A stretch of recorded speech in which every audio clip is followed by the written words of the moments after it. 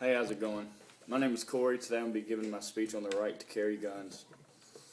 I believe that any man other than a convicted felon should have the right to carry a weapon if he wants to.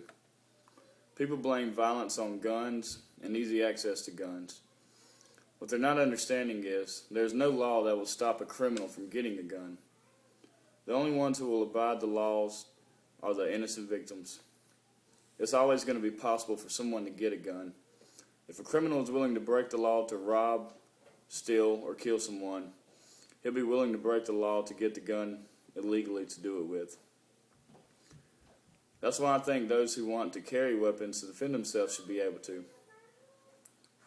If college students were able to carry concealed handguns, I doubt the students who decided to attack the schools would get very far. I'm sure you think it's crazy to let students carry guns to school, but look how easy it is to walk into a school and start shooting away if someone wanted to.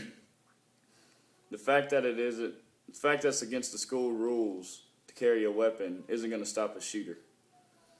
If carrying a weapon was the norm, then people would be less likely to attack a school filled with armed students than one with people unable to defend themselves. Let's look at some facts.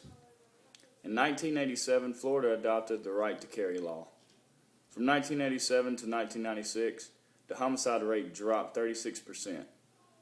And around the country, states that passed concealed carry laws reduced their murder rate by 8.5%. They reduced their rape rate by 5% and their aggravated assault rate by 7%. As many as 200,000 women use a gun every year to defend themselves against sexual abuse. And 39% of felons aborted a crime due to victim being armed last year. Now I'd like to quote a statement written by the Gun Owners of America Foundation.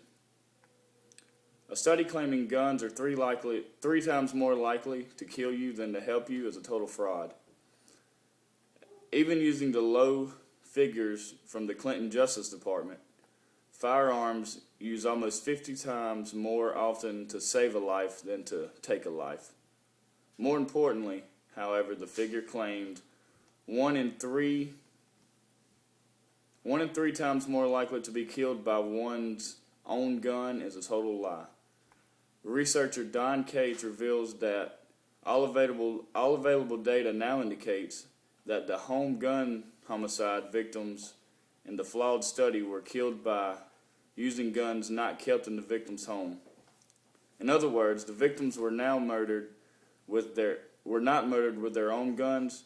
They were killed by intruders who brought their own guns to the victim's house. Another good thing about carrying handguns is you have to have your weapon registered in your name. If someone was to commit a crime with that weapon, then the weapon will be traced back to them. People don't fight for the rights to bear arms to commit crimes. Anyone who commits a violent crime doesn't worry about what the law says about carrying a weapon. It's the men and women who want the right to defend themselves to have a fighting chance when faced with the challenge. Because police can't be everywhere at once. Let's take a stand for ourselves. Together, we can stop violence by saying we will not be a victim.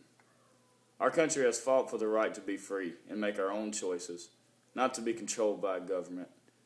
If our rights to make the choice to carry a weapon and protect ourselves is taken away, what's the point in living in a free country?